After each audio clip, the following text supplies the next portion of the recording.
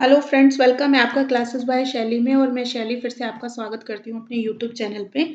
आप चैनल पे नए हैं तो चैनल को सब्सक्राइब कर लीजिए, बेल आइकन को प्रेस कर लीजिए ताकि वीडियो की नोटिफिकेशन मिलती रहे, जहाँ पे हम अपकमिंग अपने टीचिंग एग्जाम्स के बारे में और टेट एग्जाम में साइंस और ईवीएस के लिए डिस्कशन करते रहते हैं। जैसे कि सीटेट अपना हमारा पोस्टपोन्ड हो गया था पेपर 2 का, लेकिन होगा तो है, ये कन्फर्म्ड है। ठीक है, तो उसके लिए हम लोग क्या कर रहे हैं, अपना साइंस का मैराथन ले रहे हैं। मैंने साइंस की केमिस्ट्री की फुल केमिस्ट्री जो मेन टॉपिक्स थे आपके एग्जाम के पॉइंट ऑफ व्यू से इंपॉर्टेंट है, वो वीडियो डाल दी है। अगर आपने नहीं देखी है तो वो वीडियो जाके देख लीजिए, अभी कल या परसों में ही डाली है वो मैंने। तो आप उसको एक बार क्विक रिवीजन करके वीडियो की स्पीड बढ़ा के उसको रिवाइज आप कर सकते हो। ठीक है, अपने सीटेट पेपर 2 साइंस के लिए। और आज की जो वीडियो मैं बना रही हूँ वो आपकी कंप्लीट बायो होगी। इसमें आप बायो को अच्छी तरीके से जो भी इंपॉर्टेंट पॉइंट ऑफ व्यू से, आपके एग्जाम के पॉइंट ऑफ व्यू से जो टॉपिक्स हैं वो सारे हम करेंगे। ठीक है, और आपको पता है जो बायो का वेटेज होता है वो ज्यादा ही होता है हमारे साइंस के एग्जाम में। तो आज बायो को हम कंप्लीट करेंगे अपने साइंस पेपर 2 के लिए। चैनल को सब्सक्राइब कर लीजिए और बेल आइकन को प्रेस कर लीजिए ताकि आपको जितने भी टीचिंग एग्जाम्स हैं उन सबकी जो भी अपडेट है वो आपको चैनल पे मिलती रहे। और हम, अगर आप केवीएस और आगे आने वाली डीएसएसबी के लिए प्रिपरेशन करना चाहते हैं तो उससे चैनल के साथ जुड़ के हम डिस्कशन बेस पे स्टार्ट कर सकते हैं। ठीक है, वो कमेंट बॉक्स में आप डाल दीजिए। चलो स्टार्ट करते हैं हम, अपना टाइम वेस्ट ना करते हुए अपना फटाफट बायो, जो कि हम सीटेट को कर रहे हैं। सीटेट का भी पेपर 2 किसका, साइंस का। ठीक है, साइंस की हम केमिस्ट्री कर चुके हैं अपनी पहली वीडियो में, तो वो आप जरूर जाके उसको देख लेना। ठीक है, अब आज हम जो ले रहे हैं अपना, वो कौन सा पोर्शन ले रहे हैं, बायोलॉजी का ले रहे हैं। ठीक है, चलो सबसे पहले जो बायोलॉजी आपकी जो टर्म है वो किसने दी थी, ये चीज ध्यान रखो। वैसे ये पूछा नहीं जाता सीटेट में, लैमार्क ने दी थी। ठीक है, किसने दी थी, लैमार्क ने दी थी। ये स्टेट के पॉइंट ऑफ व्यू से इंपॉर्टेंट था। दूसरा, अब फादर ऑफ जोलॉजी किसको बोला जाता है, हमारा अरिस्टोटल को। किसको बोला जाता है, अरिस्टोटल को। ठीक है, जो बायोलॉजी है हमारी वो भी कितने उसमें डिवाइड है, हमारी बायो भी 2 पार्ट्स में डिवाइड है। एक तो आपका जोलॉजी जिसे जंतु विज्ञान भी बोलते हैं, और एक हमारा बॉटनी जिसे क्या बोलते हैं, वनस्पति विज्ञान। ठीक है, तो जो बॉटनी के जो फादर हैं वो थियोप्रेटस हैं। ठीक है, और जो जोलॉजी के फादर हैं वो हमारे कौन है, अरिस्टोटल है। ठीक है, थियोप्रेस्टस है। तो आप ये सब चीजें ध्यान में रखेंगे अपने इसके पॉइंट ऑफ व्यू से। ठीक है, फिजिक्स के कौन है, फिजिक्स के बेसिकली कौन माने जाते हैं, न्यूटन माने जाते हैं। ठीक है, तो आप ध्यान रखेंगे। लेकिन अगर मॉडर्न फिजिक्स पूछ ले आपसे तो उसके लिए आप अल्बर्ट आइंस्टाइन को लिखेंगे। ठीक है, केमिस्ट्री के फादर कौन माने जाते हैं वो भी लिख लीजिए आप साथ के साथ। ठीक है, केमिस्ट्री के फादर जो माने जाते हैं वो क्या, कौन माने जाते हैं, लेवोसियर। ठीक है, लेवोसियर। तो ये सब चीजें आपको कॉमनली पता होनी चाहिए। ठीक है, एग्जाम में पूछी जा सकती हैं, इसीलिए ये करवाया है। सबसे पहले जो हमारी बायोलॉजी का हम फिजियोलॉजी करते हैं, पहले ह्यूमन फिजियोलॉजी का भी क्या करते हैं, डाइजेस्टिव सिस्टम। कहां से स्टार्ट करते हैं, सबसे पहला डाइजेस्टिव सिस्टम से। ठीक है, तो डाइजेस्टिव सिस्टम क्या है, डाइजेशन मतलब यही डेफिनेशन पे ही सीटेट में क्वेश्चन पूछ लिया जाता है कि डाइजेशन क्या है। ब्रेकडाउन ऑफ द, आप सुनते जाओगे, breakdown of the complex food into simple form. ठीक है, कि जो भी हम कॉम्प्लेक्स फूड, रोटी सब्जी या जो भी खा रहे हैं, जितना भी न्यूट्रिएंट हम ले रहे हैं, उसका क्या होना, ब्रेकडाउन होना किसमें, सिंपल फॉर्म में। अब ये सिंपल फॉर्म में अपने आप तो ब्रेकडाउन नहीं होता, कुछ प्रोसेस होती है, कुछ इसमें ऑर्गन इन्वॉल्व होते हैं, कुछ ग्लैंड इन्वॉल्व होते हैं जो हेल्प करते हैं इस कॉम्प्लेक्स फॉर्म को सिंपल फॉर्म में तोड़ने के लिए। अब यहाँ पर हम वही देखेंगे, इसमें 2 पार्ट्स इन्वॉल्व होते हैं। एक तो हमारा एलिमेंट्री का पार्ट होता है। ठीक है, इसमें सारे क्या है, हमारे ऑर्गन्स आते हैं, और हमारे ऑर्गन्स क्या क्या काम करते हैं वो सब हम इसमें देखेंगे। एलिमेंट्री कैनाल, इससे काफी क्वेश्चन आपके सीटेट में पूछे जाते हैं। दूसरा आपके ग्लैंड्स हो गए जो हेल्प करते हैं उसको किसमें करने में, कन्वर्ट करने में, उनकी सिंपल फॉर्म में या फिर ब्रेक डाउन करने में। ठीक है, इनका भी बहुत बड़ा रोल होता है। तो सबसे पहले हम लेते हैं अपना यहाँ पे एलिमेंट्री कैनाल को। ठीक है, फर्स्ट ग्लैंड, उसके बाद पढ़ेंगे। सबसे पहले एलिमेंट्री कैनाल को कंप्लीट करते हैं। एलिमेंट्री कैनाल में क्या होगा, आप इसकी सबसे पहले लेंथ ही आ जाती है।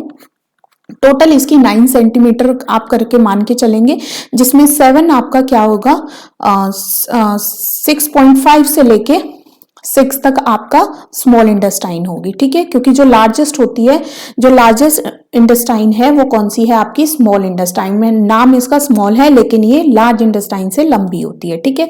टोटल लेंथ ये मान के चलेंगे, कई बार इसकी लेंथ पे भी क्वेश्चन आ जाता है। एलिमेंट्री कैनाल में सबसे पहला जो पार्ट होता है वो कौन सा होता है, बक्कल कैविटी का। बकल कैविटी क्या होती है, हमारा माउथ वाला जो पार्ट होता है, ठीक है। हमारा जो फूड होता है सबसे पहले माउथ के अंदर ही एंटर करता है, और माउथ के अंदर क्या बोला जाता है उस कैविटी को, बक्कल कैविटी, ठीक है। और जो डाइजेशन है, कई बार एग्जाम में क्वेश्चन पूछा जाता है और सीक्वेंस लगा दिया जाता है कि डाइजेशन आपका कहां से किस तरीके से स्टार्ट हो रहा है। तो सबसे पहले ध्यान रखेंगे digestion start from the buccal cavity, और सबसे पहले किस न्यूट्रिएंट का डाइजेशन स्टार्ट होता है, कार्बोहाइड्रेट का, ठीक है। किसका स्टार्ट होता है, कार्बोहाइड्रेट का। कार्बोहाइड्रेट का भी लगभग आपका 40 to 50% यहाँ पर डाइजेशन आपका, 30 to 40% मान के चलोगे आप, यहाँ पर स्टार्ट हो जाता है स्टार्च फॉर्म में, ठीक है। क्लियर है, इसको माल्टेज में टूट जाता है यहाँ तक आते आते, ठीक है, ये ध्यान रखेंगे।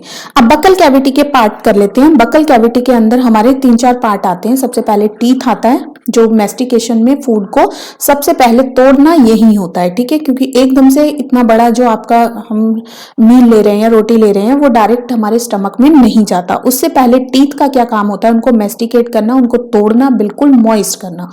दूसरा यहाँ पर क्या होता है, सलाइवा होता है। तीसरी टंग होती है, ठीक है, और लिप्स होते हैं। ये 3-4 चीजें होती हैं जो बकल कैविटी में इंपॉर्टेंट रोल प्ले करती है, किसमें, फूड को सिंपल फॉर्म में चेंज करने के लिए। और इसमें एग्जाम में क्वेश्चन आता है किस तरीके से, वो ध्यान रखेंगे। 1 by 1 इनको पढ़ते हैं। सबसे पहले टीथ लेते हैं। ह्यूमन के जो टीथ होते हैं वो कौन से होते हैं, हेट्रोडोंट होते हैं। हेट्रो का मतलब, डोंट का मतलब टीथ, हेट्रो मतलब अलग अलग, ठीक है। किस तरीके से अलग अलग होते हैं, इनका फॉर्मूला ध्यान रखना, इंसीजर, केनाइन, प्रीमोलर और मोलर, ICPM, ये चीज आप ध्यान रखोगे। ये भी एक होता है, ये भी एक होता है, ये होता है, ठीक है। इनके फॉर्मूले आप ध्यान रखेंगे। इसका फॉर्मूला अभी आपको मैं अडल्ट का बता देती हूँ। अडल्ट का लिख लीजिए 2123। क्या है अडल्ट का डेंटल फॉर्मूला, क्या है 2123, ठीक है। अब चाइल्ड का क्या है, बच्चे का लिखो 2102, क्या है 2102। अब इसमें क्या है, सबसे पहले ये इंसीजर है, ये कैनाइन है, ये प्रीमोलर है और ये मोलर है, ठीक है। मोलर क्या होती है, 2 होती है, लेकिन आपको पता है एक विजडम टीथ होती है जिसे अक्कल डाल बोलते हैं, इसलिए ये अडल्ट में आ जाती है। इसलिए यहाँ पे हमने मोलर को कितना काउंट किया है, 3 लिया है।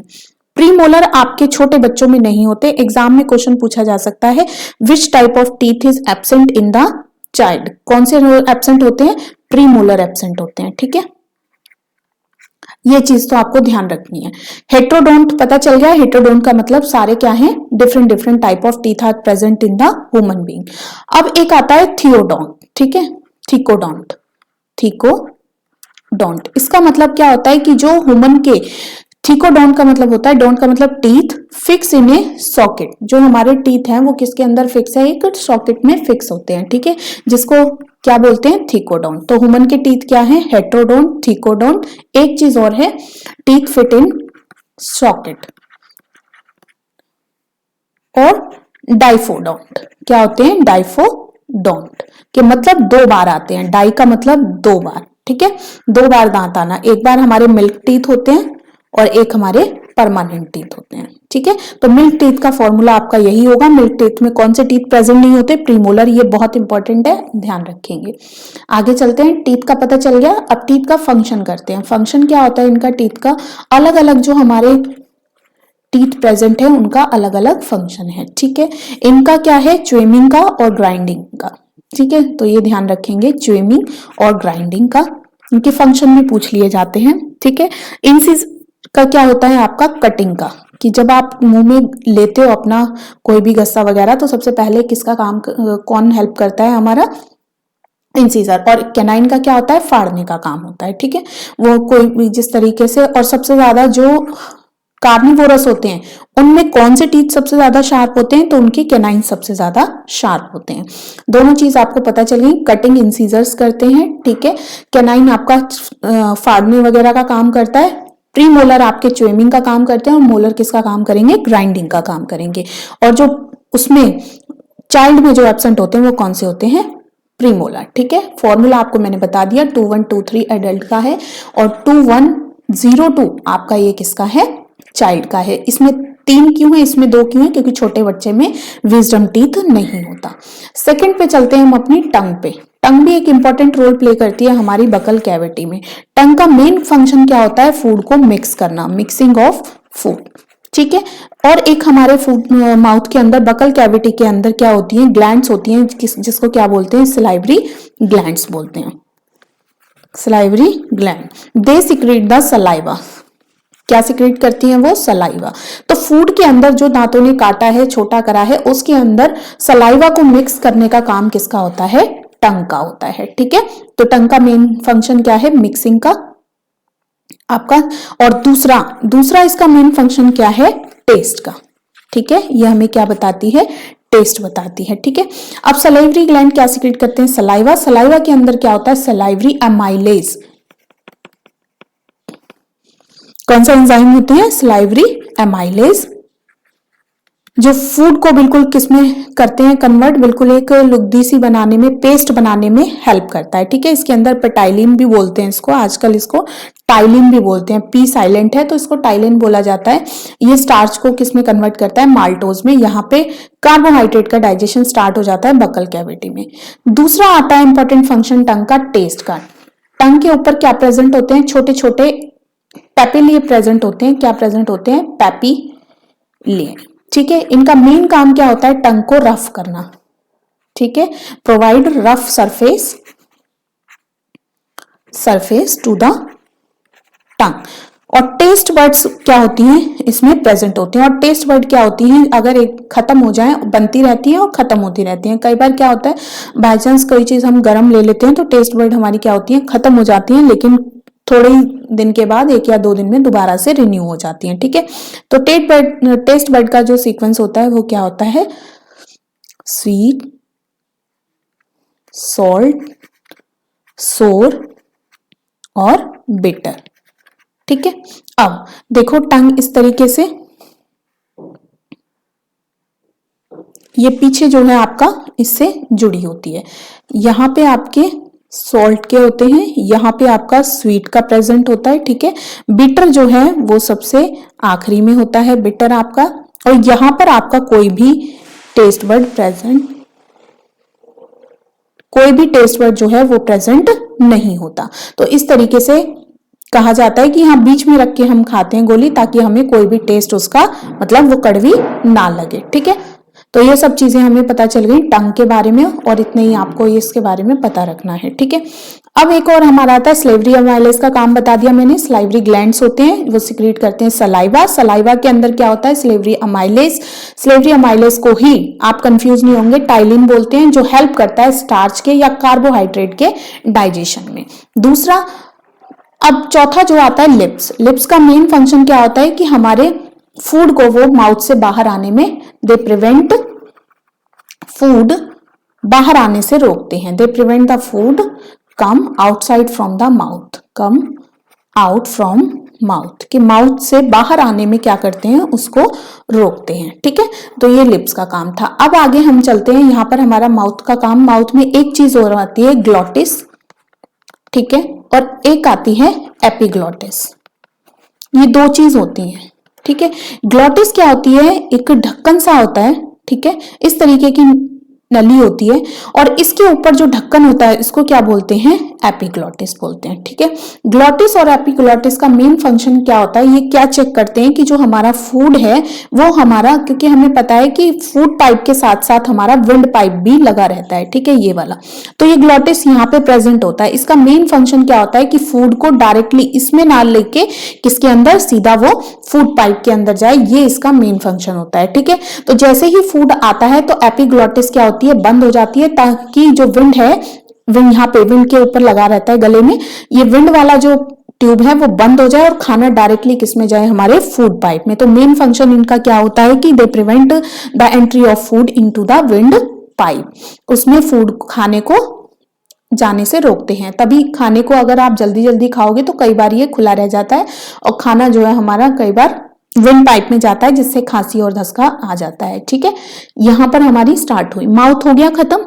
अब माउथ से जो हमारा पेस्ट है, पूरा हमारा जो खाना होता है वो किसकी फॉर्म में हो जाता है, पेस्ट, लुगदी की फॉर्म में हो जाता है। अब देखो यहां से ये होता हुआ किस में जाता है, एक फूड पाइप जिसको बोला जाता है। ठीक है, फूड पाइप का क्या नाम है, ईसोफेगस नाम है। क्या नाम बोलते हैं इसको, ईसोफेगस। ये क्या है, फूड पाइप। कई बार एग्जाम में क्वेश्चन पता है क्या आता है, फूड का जो है आपका पाथ आ जाता है कि सबसे पहले फूड किस में जाता है, बकल कैविटी में, फिर किस में जाता है, ईसोफेगस में, फिर किस में जाता है, स्टमक में, स्टमक से कहां पे जाता है, फिर आपका स्मॉल इंटेस्टाइन में, फिर लार्ज इंटेस्टाइन में, और फिर फाइनली रेक्टम से होता हुआ वो बाहर पास आउट हो जाता है। ठीक है, तो ये सीक्वेंस भी एग्जाम में कई बार आ जाता है, तो ये इंपॉर्टेंट है डाइजेशन वाला। ईसोफेगस, ईसोफेगस को आप क्या है, फूड पाइप भी बोलते हो। क्वेश्चन एग्जाम में पूछा गया था कि कौन सा एलिमेंट्री कैनाल का कौन सा ऐसा पार्ट है जिसमें डाइजेशन नहीं होता, तो वो कौन सा पार्ट है, ईसोफेगस। ईसोफेगस में फूड का कुछ भी डाइजेशन नहीं होता। It provide only the path, ठीक है, ये एक रास्ता प्रोवाइड करता है जिससे जो हमारा फूड है माउथ से सीधा होता हुआ कहां पर जाएगा, स्टमक में जाएगा। ठीक है, किस में जाएगा, स्टमक में। स्टमक कैसा होता है हमारा, जे शेप का होता है। अब आते हैं स्टमक में, ईसोफेगस का आपको समझ में आ गया होगा। अब तीसरा चलते हैं स्टमक के ऊपर। ठीक है, स्टमक की शेप क्या होती है, जे शेप की होती है, खाली होता है जब भी, ठीक है, और फूल जाता है जब इसमें खाना एकदम से एंटर करता है। जैसे ही यहाँ पर खाना एंटर करता है इसकी जो शेप है थोड़ी सी चेंज होती है। ठीक है, और यहाँ पे देखो ये जो स्टमक की जो वॉल होती है ना, यहाँ पर एक प्रोटेक्शन लेयर होती है, कौन सी, म्यूकस। ठीक है, क्या होता है ये, म्यूकस। ठीक है, अब यहाँ पे क्या होता है, एक एसिड प्रेजेंट होता है स्टमक के अंदर, that acid is present, name is HCl। इसको क्या बोला जाता है, HCl, हाइड्रोक्लोरिक एसिड। ठीक है, एग्जाम में पूछा जाता है which type of acid is found in the stomach that help in the food को क्या करता है, बैक्टीरियल फ्री करता है और उसको एसिडिक मीडियम को मेंटेन करके रखता है। ठीक है, तो ये जो HCl है, एक ऑक्सीटोसिन सेल्स होते हैं, ये आपके इसमें अभी नहीं आएगा सीटेट में इतना डीप में। ऑक्सीटोसिन सेल्स होते हैं, जैसे ही फूड एंटर करता है स्टमक के अंदर वो एकदम से क्या करते हैं, सिग्नल देते हैं HCl को सिक्रीट होने का। HCl आता है तुरंत यहाँ पे। HCl आपको पता है कि एसिड है, स्ट्रॉन्ग एसिड है, तो जिससे स्टमक की जो वॉल है उसको कोई भी हानि ना पहुंचे, तो वहां पर क्या प्रेजेंट होती है, म्यूकस प्रेजेंट होती है। म्यूकस का मेन फंक्शन ये होता है, it protect the wall of stomach, stomach की वॉल को प्रोटेक्ट करके रखती है। ठीक है, HCl क्या करता है, जितना भी खाने के साथ अगर कोई डस्ट पार्टिकल आ गया है उसको क्या करता है, हटाता है। ठीक है, एंटीबैक्टीरियल बनाता है फूड को, अगर कोई भी फूड के साथ आ गया है। दूसरा, एसिडिक मीडियम प्रोवाइड करता है। ठीक है, अगर इसकी कंसंट्रेशन ज्यादा हो जाती है तो क्या होता है, एसिडिटी की प्रॉब्लम। और ये इसकी कंसंट्रेशन कब ज्यादा होती है, जब हम कोई भी मसाले वाला या कुछ ज्यादा ऐसी चीज खा लेते हैं तो एसिडिटी होती है। ठीक है, वो किसके कारण होती है, HCl की कंसंट्रेशन बढ़ने के कारण। अब इस एसिडिटी को कौन खत्म करता है, जो इनो वगैरह होते हैं उसमें क्या प्रेजेंट होता है, मैग्नीशियम हाइड्रोक्साइड। ठीक है, जिसको मिल्क ऑफ मैग्नीशिया भी बोला जाता है। एग्जाम में पूछा गया है कि मिल्क ऑफ मैग्नीशिया क्या है, मैग्नीशियम हाइड्रोक्साइड। ठीक है, मिल्क ऑफ मैग्नीशिया, यही आपके इनो वगैरह में डाइजेशन की जो भी आप लेते हो उसमें प्रेजेंट होता है। और ये क्या करता है, बेस होता है, किसका काम करता है, ये बेस का। जब भी एसिडिटी क्या है, एसिड बड़ा है, और जब अगर आपने बेस ले लिया, खाने का सोडा वगैरह भी आप ले लेते हो, तो उससे जो है एसिड और बेस का इफेक्ट क्या होता है, न्यूट्रलाइज हो जाता है और एकदम से हमको रिलीफ मिल जाता है। ठीक है, तो इसलिए ये किसका काम करता है, ये एक बेस है, ये मैग्नीशियम हाइड्रोक्साइड, जिसको मिल्क ऑफ मैग्नीशिया भी बोला जाता है। ठीक है, तो यहां पर ये इतनी बात आपको समझ में आई होगी। अब आगे चलते हैं, अब स्टमक में क्या क्या होता है। ठीक है, स्टार्च का डाइजेशन कहां से स्टार्ट हो गया था, हमारा माउथ से ही। अब यहां पर क्या होता है, एक आपका प्रोटीन का डाइजेशन स्टार्ट हो जाता है। ठीक है, प्रोटियोलाइटिक एंजाइम होता है जिसका क्या काम होता है, प्रोटीन डाइजेशन का। ठीक है, अमाइलेज क्या काम करता है, यहाँ पे कार्बोहाइड्रेट का डाइजेशन करता है। ठीक है, अब यहाँ पे कंप्लीट डाइजेशन नहीं होता, ये चीज ध्यान में रखेंगे। यहाँ पे क्या है, ग्राइंडर की तरह फूड सारा क्या होता है, मिक्स होता है, और केवल प्रोटीन का, एमाइलेज कार्बोहाइड्रेट का, और यहाँ पर आपका फैट का हल्का फुल्का डाइजेशन होता है, अदरवाइज फैट का डाइजेशन यहाँ पे नहीं होता। क्यों? क्योंकि यहाँ पे जो फैट के डाइजेशन के लिए जो एंजाइम चाहिए होता है वो यहाँ पे प्रेजेंट नहीं होता। ठीक है, अब ये जो होता है यहाँ पे फूड जो है, जो काम यहाँ होना था वो हो गया। अब कहाँ पे एंट्री करता है? सीधा आपकी स्मॉल इंटेस्टाइन में। ठीक है, स्मॉल इंटेस्टाइन के 3 पार्ट होते हैं, इसको मैं रब कर देती हूँ। ठीक है, स्मॉल इंटेस्टाइन के 3 पार्ट, डुडीनम सबसे पहला, ये जो यहाँ पर पार्ट होता है, ये स्पिंस्टर लगे होते हैं, यहाँ पे वाल्व लगी होती है जिनको स्पिंस्टर बोलते हैं, जो हेल्प करते हैं फूड वापस स्टमक में ना जाए। ठीक है, डुडीनम, डिडीनम, ठीक है, इलियम, ईस्चियम, ठीक है, और ईस्चियम। यस, इसके तीनों पार्ट्स हम देखते हैं। तीनों पार्ट्स में बोर्ड कहाँ गया हमारा, ये रहा। हाँ, सेकंड पार्ट हमारा कौन सा होता है? जिजेनम, जिजेनम, और थर्ड पार्ट कौन सा होता है? इलियम। ठीक है, इलियम ये लोअर मोस्ट होता है और डिडीनम बिल्कुल स्टमक के पास होता है। ठीक है, यहाँ पर ये जेजेनम है और नीचे वाला जो ये आपकी अंदर आ गया है, और ये किससे जुड़ा होता है? आपकी स्मॉल इंटेस्ट और लार्ज इंटेस्टाइन से जुड़ जाता है, ये इलियम होता है। ठीक है,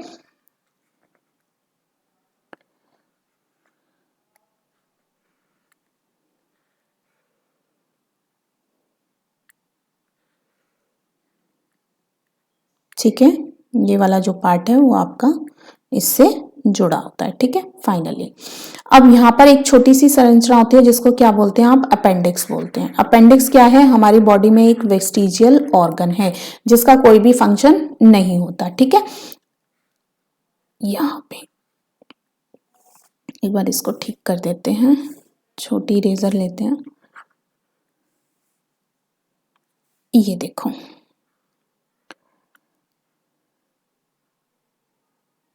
ठीक है, ये रेक्टम है, ये अंदर जो है हमारी स्मॉल इंटेस्टाइन है। मैंने आपको इसकी लेंथ बता दी थी। ठीक है, लेंथ हमारी 6 से लेके 6.9 मीटर तक होती है। ठीक है, मीटर। यहाँ पे स्टमक के जस्ट नीचे क्या प्रेजेंट होता है? पेनक्रियास प्रेजेंट होता है। पेनक्रियास की जो शेप होती है that is leaf like shape. कैसी होती है? लीफ लाइक शेप होती है इसकी। पेनक्रियाटिक जूस सिक्रीट करता है।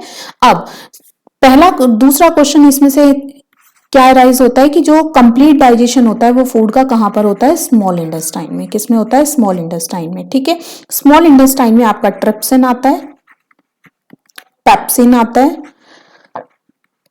और एक आपका लाइपेज आता है। ठीक है, और जैसा कि हमने स्टमक में पढ़ा था, पेप्सिन जो है थोड़ा सा हेल्प करता है प्रोटीन के डाइजेशन में, और रेनिन प्रेजेंट होता है आपके, ये भी प्रोटीन डाइजेशन में। छोटे बच्चों में ये प्रेजेंट होता है। ठीक है, जो फूड जो मिल्क होता है उसके प्रोटीन को क्या करता है? डाइजेस्ट करता है। ठीक है, तो मेनली जो है पेनक्रियाटिक जूस में कौन से होते हैं? ट्रिप्सिन, पेप्सिन और लाइपेज। लाइपेज किसका करता है? फैट डाइजेशन करता है। ठीक है, आपका पेप्सिन किसका करता है? प्रोटीन को तोड़ता है प्रोटीन्स में। ठीक है, पेप्टोज वगैरह में। इसके बाद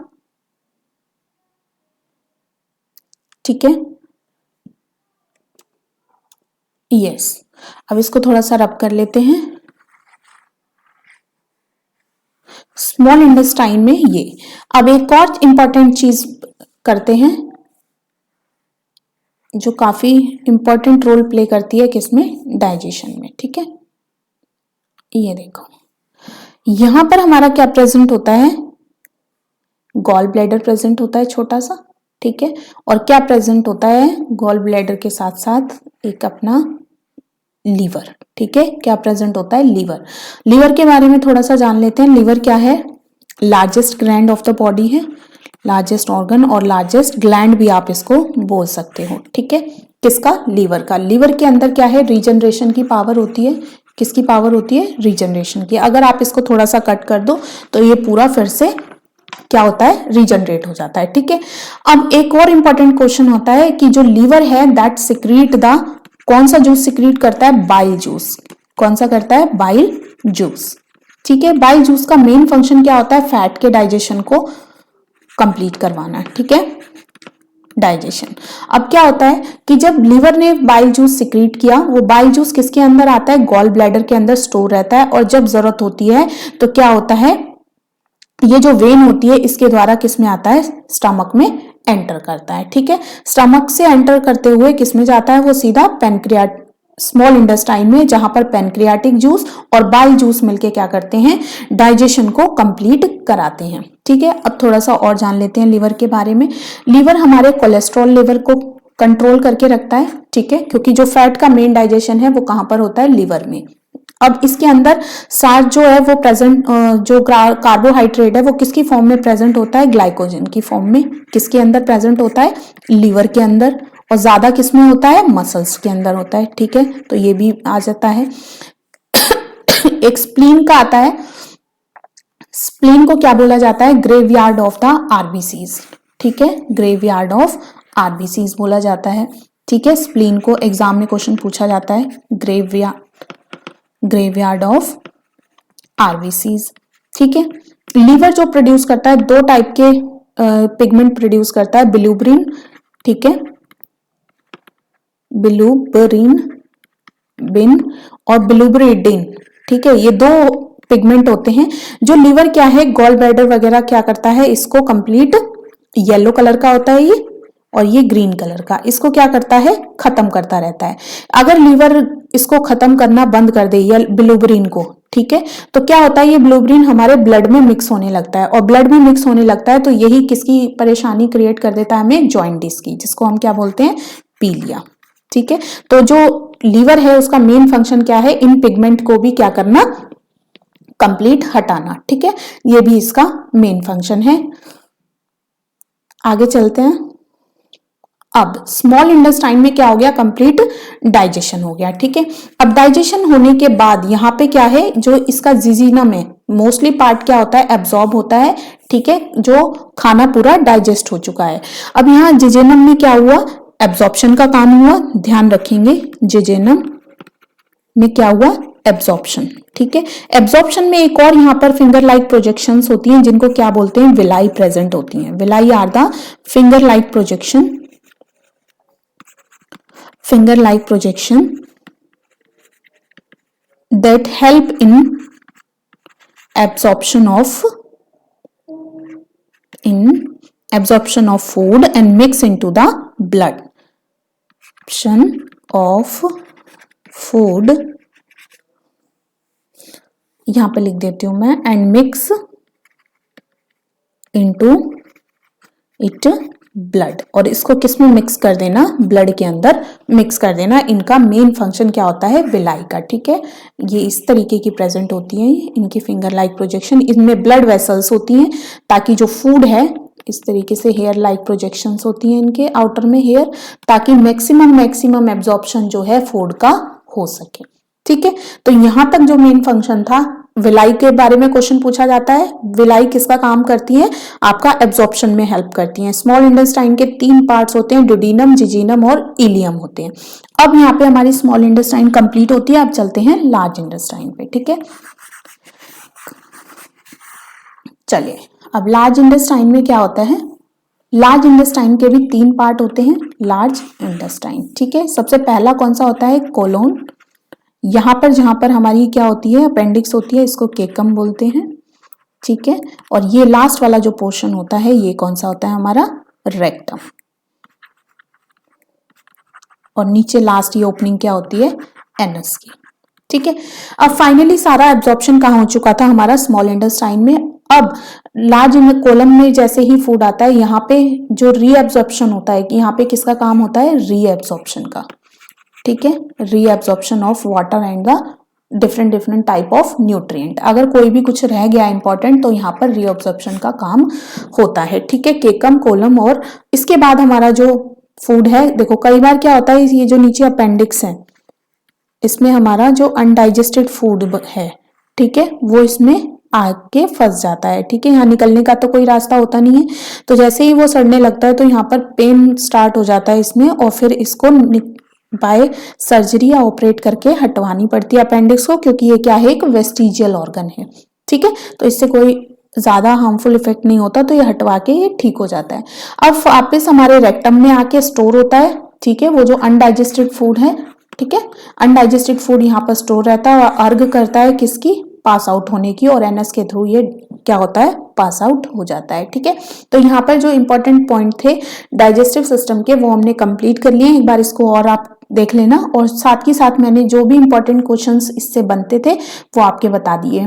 और इसका सीक्वेंस पूछ लिया जाता है, कंप्लीट डाइजेशन पूछ लिया जाता है, बकल कैविटी में किसका डाइजेशन होता है, कार्बोहाइड्रेट का, ये पता होना चाहिए। टीथ कैसे होते हैं हमारे, डाइफोडोंट होते हैं, 2 बार आते हैं। ठीक है, और थ्रिकोडोंट का मतलब क्या होता है कि जो टूथ हैं हमारे that fix into the socket. Dental formula पूछा जा सकता है अडल्ट का और चाइल्ड का।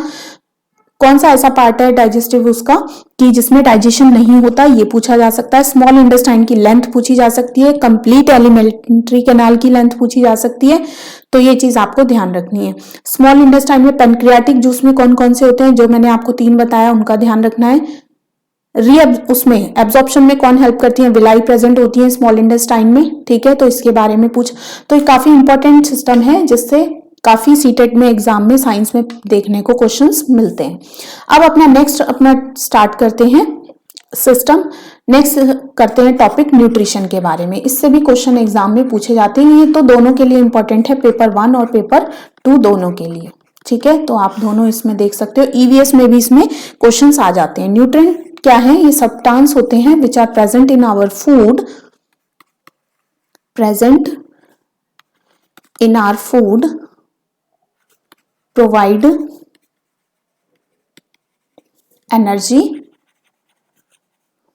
क्या करते हैं, एनर्जी प्रोवाइड करते हैं, ग्रोथ में हेल्प करते हैं।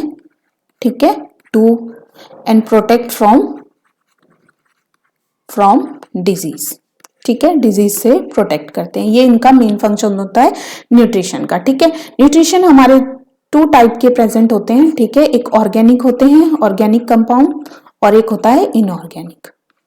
ठीक है, इनऑर्गेनिक में हमारे क्या होते हैं, मिनरल्स आ जाते हैं और वाटर आ जाता है। वाटर और मिनरल्स किसमें प्रेजेंट होते हैं हमारे, इनऑर्गेनिक में। ऑर्गेनिक में कौन कौन से प्रेजेंट होते हैं, कार्बोहाइड्रेट प्रेजेंट होता है मेनली, प्रोटीन प्रेजेंट होते हैं, फैट प्रेजेंट होते हैं, और विटामिन प्रेजेंट होते हैं। ठीक है, ये भी एक बहुत इंपॉर्टेंट रोल प्ले करता है हमारा न्यूट्रिशन का चैप्टर। अब 1 बाय 1 इन न्यूट्रिशन को करते हैं। मेजर हमारे पास सबके क्या है, कार्बोहाइड्रेट, फैट, प्रोटीन, विटामिन, इन सब के बारे में हम पढ़ेंगे। ठीक है, चलो 1 बाय 1 ऑर्गेनिक वालों को पढ़ते हैं। सबसे पहला लेते हैं कार्बोहाइड्रेट। ठीक है, कार्बोहाइड्रेट क्या है, हमारे मेनली क्या प्रोवाइड करते हैं, एनर्जी प्रोवाइड। क्या प्रोवाइड करते हैं हमें, एनर्जी प्रोवाइड। ठीक है, दे प्रोवाइड एनर्जी।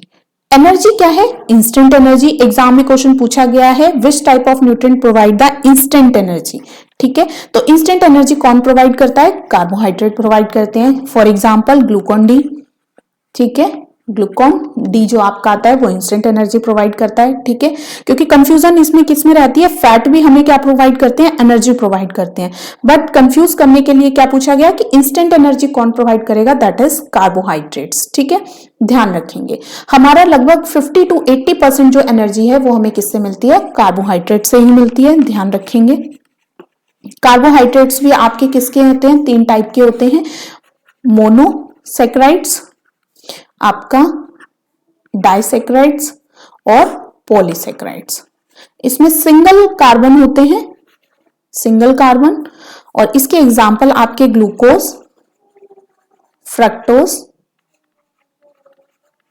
और गैलेक्टोज।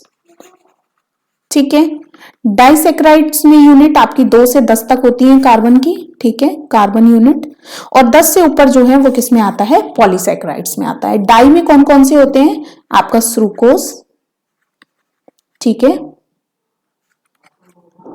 आपके लैक्टोज, ठीक है, और थर्ड वन इज माल्टोज। ठीक है, तो ये हमारे 3 किस में आते हैं, आपके डाइसेक्राइड्स में आ जाते हैं। पॉलीसेक्राइड में आपका सेलुलोज आ जाता है, स्टार्च आ जाता है। ठीक है, आपको क्वेश्चन एग्जाम में पूछा जाएगा कि कार्बोहाइड्रेट की कौन सी फॉर्म है जो ह्यूमन बीइंग डाइजेस्ट नहीं कर पाता और एनिमल्स कर लेते हैं, दैट इज द सेलुलोज, क्योंकि हमारे पास सेलुलोज डाइजेस्ट करने का एंजाइम नहीं है। ठीक है, तो बहुत इंपॉर्टेंट है, ध्यान रखेंगे। लैक्टोज किसमें प्रेजेंट होती है, हमारे मिल्क में। ठीक है, आप ध्यान रखेंगे। फ्रक्टोज फ्रूट में प्रेजेंट होती है आपकी। ठीक है, सुक्रोज जो हम कॉमन जो शुगर होती है हमारी, वो सुक्रोज होती है फ्रूट में और हनी में। ठीक है, पूछ लिया जाता है कौन सी शुगर होती है, दैट इज फ्रक्टोज। ये ध्यान में रिवाइज करते हुए चलेंगे। ठीक है, तो इंस्टेंट एनर्जी हो गई, ये सब चीजें हो गई, ये ध्यान रखेंगे। अब इससे क्या होती है, कोई भी डेफिशिएंसी डिजीज नहीं होती। अगर आप कार्बोहाइड्रेट नहीं लेते हैं तो आपकी बॉडी क्या हो जाती है, वीक हो जाती है। ठीक है, आपकी जो काम करने की कैपेसिटी होती है वो कम हो जाती है। तो यहां पर आपका ये कार्बोहाइड्रेट वाला पोर्शन जो भी एग्जाम में आना था वो मैंने बता दिया। फटाफट सेकंड पे चलते हैं, प्रोटीन लेते हैं। प्रोटीन इंपॉर्टेंट है, इसके सोर्सेज आ जाते हैं आपके। ठीक है, प्रोटीन के सबसे इंपॉर्टेंट क्या है, सोर्सेज हैं। इसको क्या हो गया, अभी आती है पेंसिल। हाँ, प्रोटीन के सोर्सेज क्या है, पल्सेस। दालें जो होती है इंपॉर्टेंट है, सोयाबीन। ठीक है, मिल्क, ये क्या है, इंपॉर्टेंट सोर्सेस किसके, प्रोटीन के, वो आप ध्यान रखेंगे।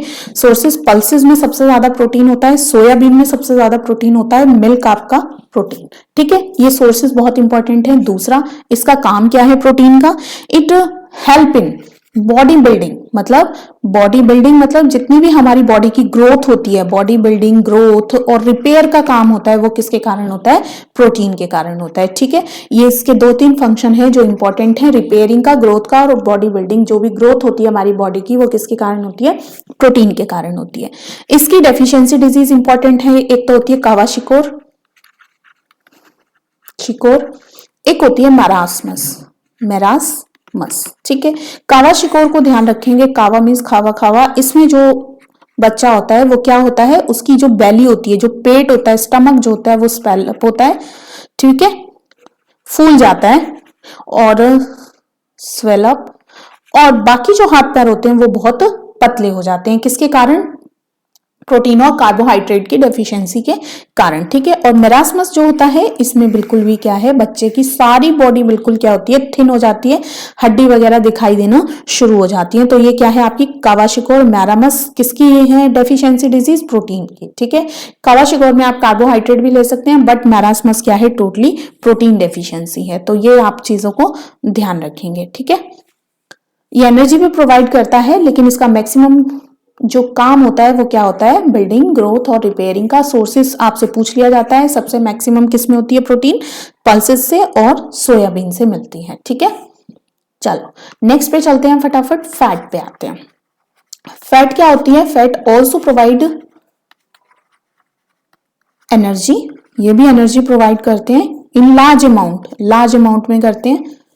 ठीक है, लेकिन इनकी जो एनर्जी होती है अगर आप एक्सेस अमाउंट में ले लें तो क्या होती है, हार्मफुल होती है। ठीक है, फैट भी क्या करते हैं, और एक चीज और ध्यान रखेंगे कि आपसे कार्बोहाइड्रेट और फैट्स में अगर पूछा जाए तो क्या इंस्टेंट के लिए ध्यान रखेंगे कौन होगा, कार्बोहाइड्रेट होगा, और जो ज्यादा एनर्जी देता है वो कौन है, फैट होते हैं। ठीक है, लेकिन जो फैट अगर हम एक्सेस अमाउंट में ले लें तो वो क्या हो जाता है, हमारे लिए हार्मफुल होते हैं। फैट भी 2 टाइप के होते हैं, एक सैचुरेटेड होता है फैट्स, और एक कौन से होते हैं, अनसैचुरेटेड होते हैं। ठीक है, 2 type of fats are present. अब इसमें सैचुरेटेड कौन से होते हैं, जो घी वगैरह आपका जम जाता है ना, ठीक है, देसी घी, डालडा घी, ये सब इसमें आते हैं। और जितने भी आपके कौन से रिफाइंड वगैरह जो होते हैं वो किस में होते हैं, आपके अनसैचुरेटेड में। सैचुरेटेड फैट ज्यादा खतरनाक होते हैं as compare to unsaturated fats. ठीक है, तो ध्यान रखेंगे। इसकी एक और जो इसके जो हार्मफुल इफेक्ट है वो क्या होता है, कोलेस्ट्रॉल लेवल इंक्रीज करता है। ठीक है, कोलेस्ट्रॉल लेवल इंक्रीज करता है, जिससे हार्ट अटैक वगैरह आने के चांसेस ज्यादा हो जाते हैं। ठीक है, तो इसको लिमिटेड और कम अमाउंट में ही लेना चाहिए।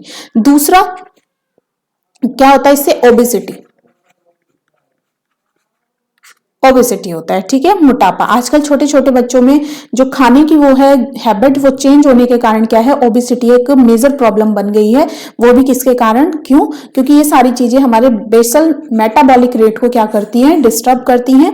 और मेटाबॉलिक रेट कम होने के कारण क्या होता है, हमारा जो जितना भी फूड है वो सारा शरीर को ना लग के किस में चेंज हो जाता है, फैट में, और ओबेसिटी का कारण बनता है। और ओबेसिटी क्या है, मेजर आपकी क्या है, डिजीज की एक पूरी, बोलते हैं ना जड़ जो है, जो रूट जो है वो मोटापे में ही है। इसलिए हमें फैट को कम से कम लेना चाहिए, ठीक है। ऐसा भी नहीं है नहीं लेना चाहिए, अगर नहीं लेंगे तो आपकी जो स्किन है वो रफ हो जाएगी, ठीक है। तो इस तरीके से इसको लेना भी जरूरी है, लेकिन लिमिटेड में, ठीक है। चलो, तो ये 3 हमारे हो गए। अब सबसे जो इंपॉर्टेंट आता है दैट इज विटामिन। इसको बहुत ध्यान से सुनेंगे, इसका तो मैं आपको चार्ट निकाल के दे देती हूँ, ठीक है। विटामिन क्या है, आपको कोई भी एनर्जी प्रोवाइड नहीं करता, ठीक है। और सबसे इसका जो मेन इंपॉर्टेंट है, इसको स्मॉल क्वांटिटी में लेते हैं हम। क्या करते हैं हम, इसको स्मॉल क्वांटिटी में हम इसको लेते हैं, ठीक है।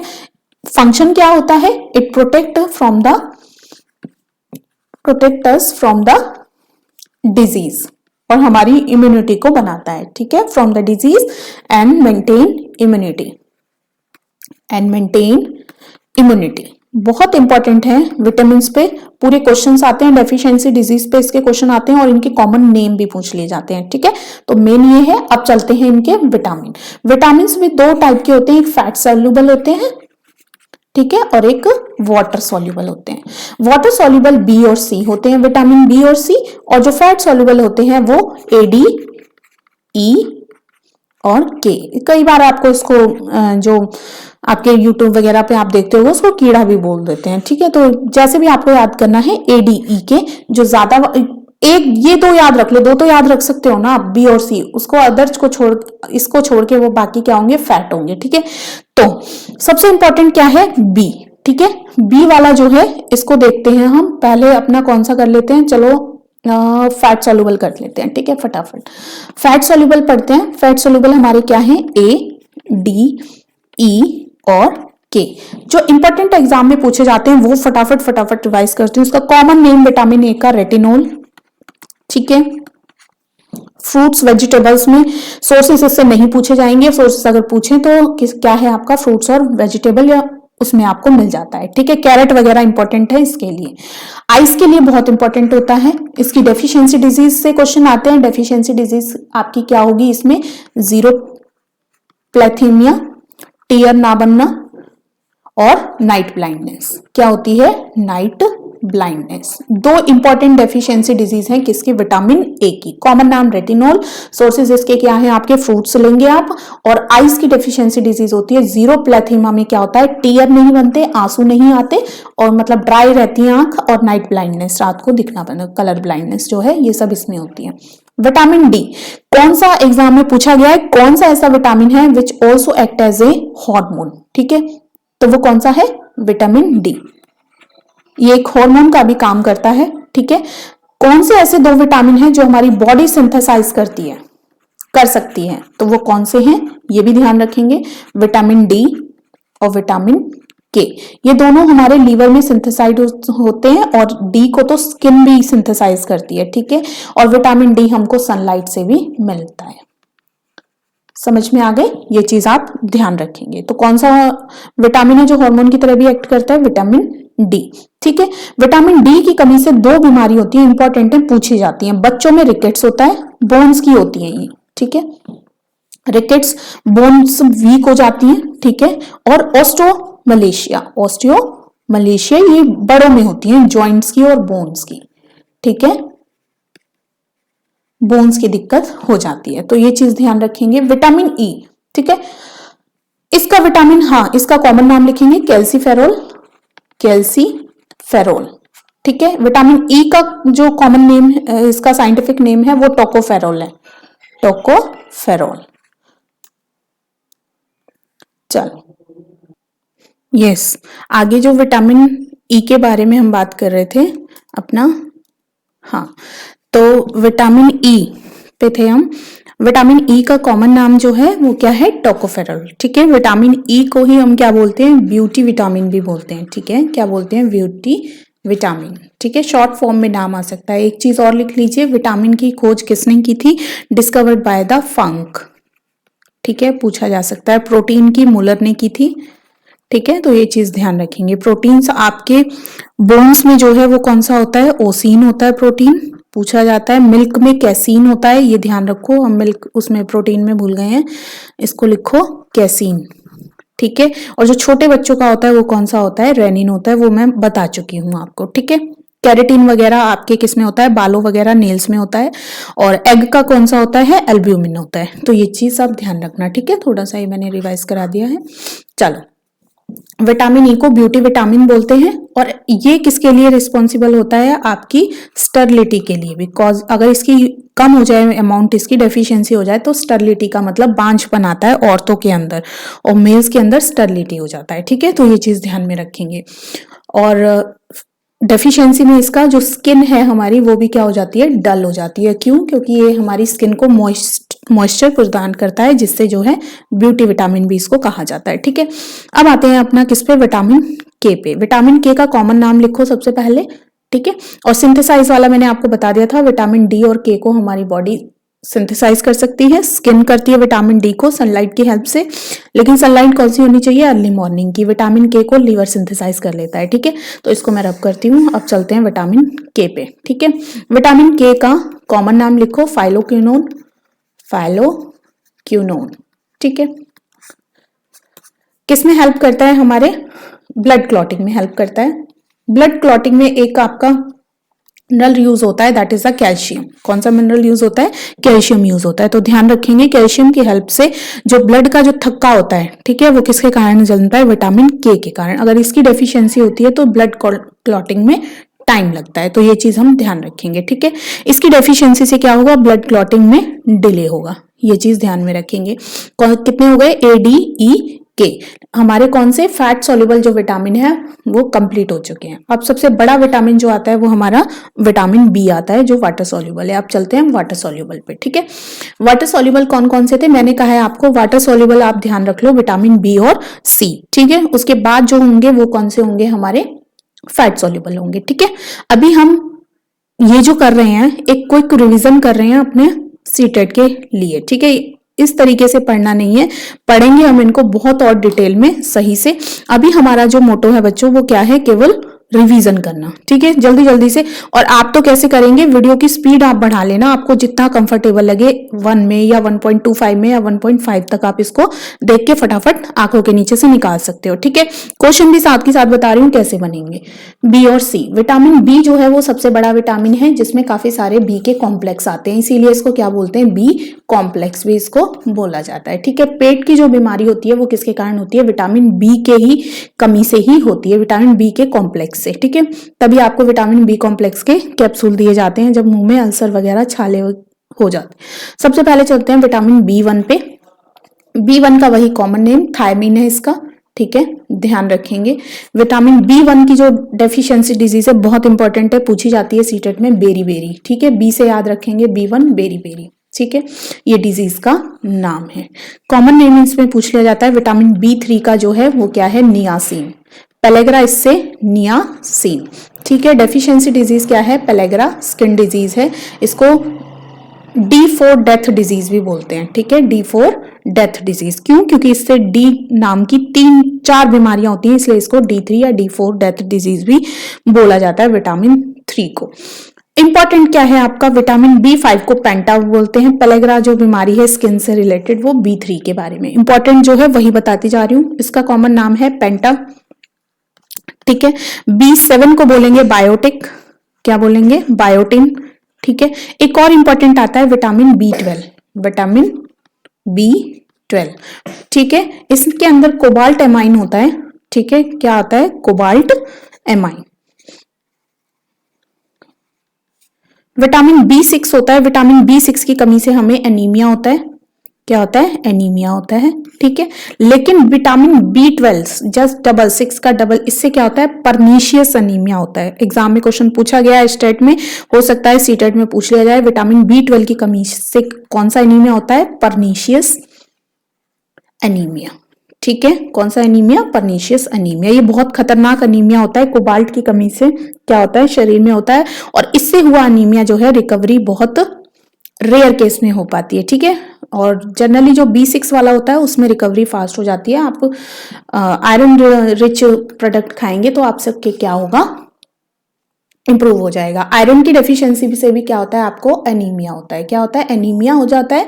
इसमें क्या है, हीमोग्लोबिन की कमी हो जाती है। हीमोग्लोबिन जब कम होता है, ऑक्सीजन का रेट कम होता है, बॉडी जो है वो काम करना धीरे धीरे कम कर देती है। तो ये सब चीजें बहुत इंपॉर्टेंट हैं जो ध्यान में रखनी है। ठीक है, विटामिन सी पे चलते हैं। विटामिन सी का नाम क्या है? Ascorbic acid. ठीक है, विटामिन सी को क्या बोलते हैं, कॉमन नेम एस्कॉर्बिक एसिड। और इसकी